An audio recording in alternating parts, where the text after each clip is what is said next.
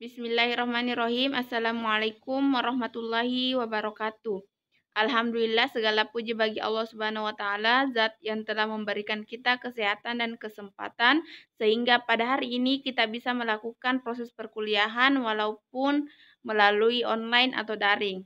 Nah, pada kesempatan ini saya akan memaparkan tentang sumber teknologi pendidikan dan penerapannya pada pendidikan agama Islam. Adapun anggota kelompok kami yaitu Rini Juniarti, Andi Rasmi Rustan, Musdalifah Ramadhani. Adapun teknologi pendidikan, istilah teknologi sebagai modifikator sumber menunjukkan bahwa sumber daya dibuat dan digunakan di pendidikan. Teknologi yang paling sering adalah alat, bahan, perangkat, pengaturan, dan orang-orang sumber daya lainnya, seperti sumber daya alam atau sumber daya politik, tidak dianggap terutama teknologi atau pendidikan karena itu tidak ke lapangan. Sementara profesional teknologi pendidikan mungkin memang memahami dan memperhitungkan alam, politik, atau lainnya. Adapun yang pertama, sejarah teknologi pendidikan dan contohnya. Bagian A, sejarah teknologi pendidikan. Perkembangan teknologi adalah perubahan sistematis yang terjadi terhadap teknologi. Selama beribu-ribu tahun lalu, teknologi sudah dikenal oleh manusia, hanya saja bentuk-bentuknya tidak secanggih dengan apa yang kita temukan di masa kini. Yang pertama, masa prasejarah. Teknologi yang digunakan terbuat dari batu, perunggu, dan besi. Teknologi yang dikenal di zaman prasejarah contohnya adalah pedang, kapak genggam, dan bejana perunggu. Yang kedua yaitu teknologi zaman kuno. Pada masa ini, teknologi sudah berkembang ke arah konstruksi, maritim, pertanian, dan alat-alat tulis. Manusia sudah mengenal bagaimana membangun sebuah konstruksi bangunan sampai pada tahap rumit. Contohnya yaitu piramid, kapal, mercusuar, dan jam matahari. Adapun yang ketiga yaitu teknologi abad pertengahan hingga modern. Pada masa ini, teknologi yang digunakan sudah mulai mengalami kemajuan. Hal ini ditandai dengan adanya berbagai penemuan seperti di bidang astronomi, medis, matematika, militer, hingga ilmu kartografi, contohnya busur silang, mesin cetak, aljabar, dan navigasi kapal. Yang keempat yaitu teknologi era revolusi industri. Masa ini adalah cikal bakal perkembangan teknologi di masa kini. Contohnya mobil, generasi awal, telegraf, telepon, mesin tenun, mesin uap, dan sepeda. Adapun yang kelima yaitu teknologi di abad 20. Pada akhir abad ini, internet mulai diperkenalkan untuk umum dan komersial. Contohnya teknologi lain abad 20 yaitu kulkas, teknologi vaksinasi, vakum, dan microwave. Keenam, perkembangan teknologi abad 21. Berbagai teknologi sudah mulai dikembangkan, mulai dari teknologi yang dibutuhkan untuk rumah tangga, pendidikan, sosial, teknologi informasi, dan hal lainnya. Adapun yang kedua yaitu jenis-jenis teknologi. Yang bagian A yaitu teknologi dalam bidang ekonomi. Jika dahulu orang melakukan bertransaksi secara real atau nyata, atau berhadapan antara pembeli dengan penjual, maka kini beralih menjadi online.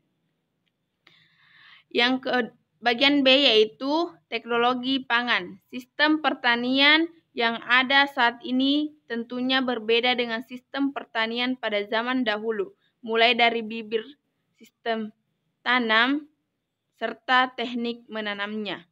Bagian C yaitu teknologi informasi. Kemajuan informasi ini ditandai dengan mudahnya masyarakat dalam memperoleh atau mendapatkan informasi melalui internet dengan berbagai perangkat teknologi yang ada. Adapun bagian D yaitu teknologi komunikasi. Kemajuan komunikasi ini ditandai dengan mudahnya seseorang untuk berkomunikasi dengan orang lain, walau dengan jarak yang cukup jauh. Adapun E, teknologi transportasi.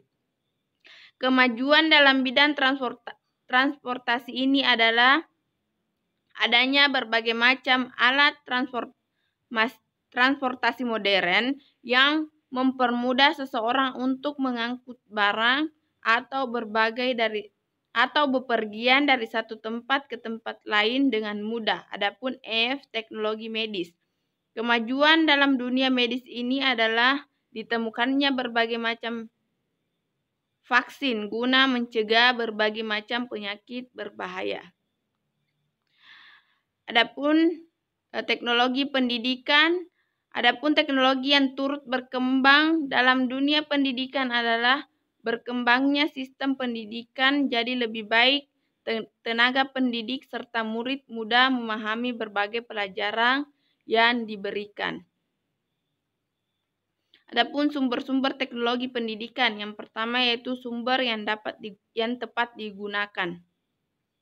Istilah yang tepat digunakan untuk memodifikasi sumber daya menunjukkan bahwa perangkat keras dan perangkat lunak yang digunakan dalam pendidikan harus dipilih dengan pertimbangan kesesuaian mereka dan kompatibilitas dengan tujuan pendidikan. Adapun yang kedua yaitu sumber yang dirancang versus sumber yang siap dimanfaatkan. Beberapa sumber dapat digunakan untuk memfasilitasi pembelajaran karena mereka secara khusus dirancang untuk tujuan pembelajaran. Biasanya disebut dengan bahan ajar atau sumber daya. Sumber lain ada sebagai bagian dari normal dunia sehari-hari tetapi dapat ditemukan, diterapkan, dan digunakan untuk tujuan pembelajaran. Adapun yang ketiga yaitu sumber alat, bahan, dan perangkat. Sebagai teknologi telah muncul dan berkembang istilah alat, bahan, dan perangkat telah digunakan dalam banyak cara. Contoh spesifik dari penciptaan, penyimpanan, dan penggunaan video pelatihan yang menyediakan salah satu cara konseptualisasi hubungan antara istilah-istilah ini.